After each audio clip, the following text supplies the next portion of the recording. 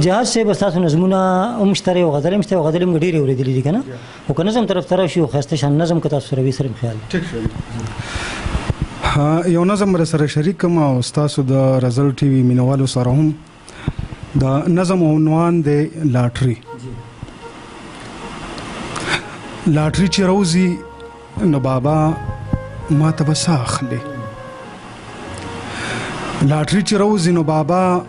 ما ته به څه اخلي او د خپل ماشوم بچي دی سوال زه په ژوندون مړ کړم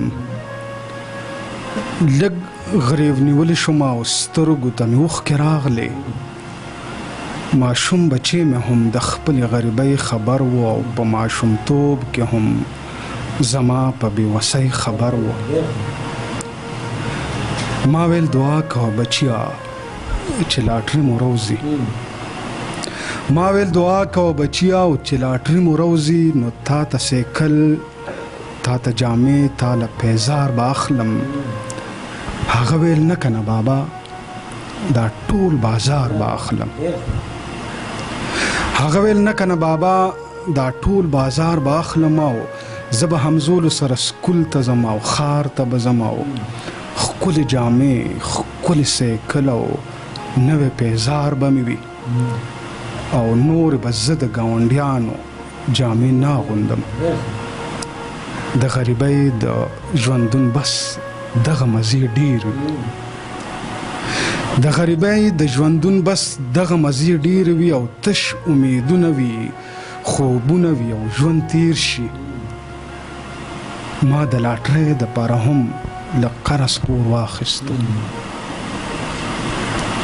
ما د لاټرۍ دپاره هم لږ قرض پور واخیستو او ما ویل راشه که راوځي او ځان ته مو کور واخیستو نو د کور میرمن به راته هم داسې مسکی مسکی شوه د کور میرمن به راته هم داسې مسکی مسکی شوه او هغې به هم ځان ته دنیا د خوشحالو جوړه کړه او سره لوپټه او یوه جوړه به یې د غمو جوړه کړه د کور میرمن به راته هم داسې مسکی مسکی شوه او هغې به هم ځان ته دنیا د خوشحالو جوړه کړه او سره لوپټاو یوه جوړه به یې د غمو جوړه کړه او په زوړ صندوق کې په یو ګوټ کې یې ټکټ ایښی و بس کله کله مې راواخیستو خوشحاله به شوه او سوړه سویلې به یې د خولې لاړو او اټاله به شوه نو ما ته به یې ویلې د ګلالۍ واده به هم وشي بېغمه به شي د ګلالۍ واده به هم وشي بېغمه به شي او خپل به مو کور وي د خانانو مزدوري به پرېږدې بیا به زمونږ هم خپلوان وي د هر چا به خوښ یو بس خو دعا کوه چې یو ځل مو لاټري راوځي جهاد ستړی انتظار او ستړی پاتې شومه چا راته ویل راځه چې بیا مبارکۍ له لاړ شو زمونږ د کلي د خان بیا غټه لاټري راووته زمونږ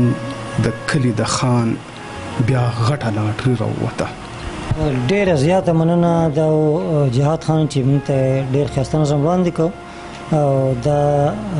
نظم چې کوم د لاټرۍ په حواله باندې یقینا چې په دې کې امیدونه په دې کې هیلې په دې کې هڅې او په دې کې هغه خواهشاتو څرګندونه په دې کې شوې وه ډېره زیاته مننه او شکریه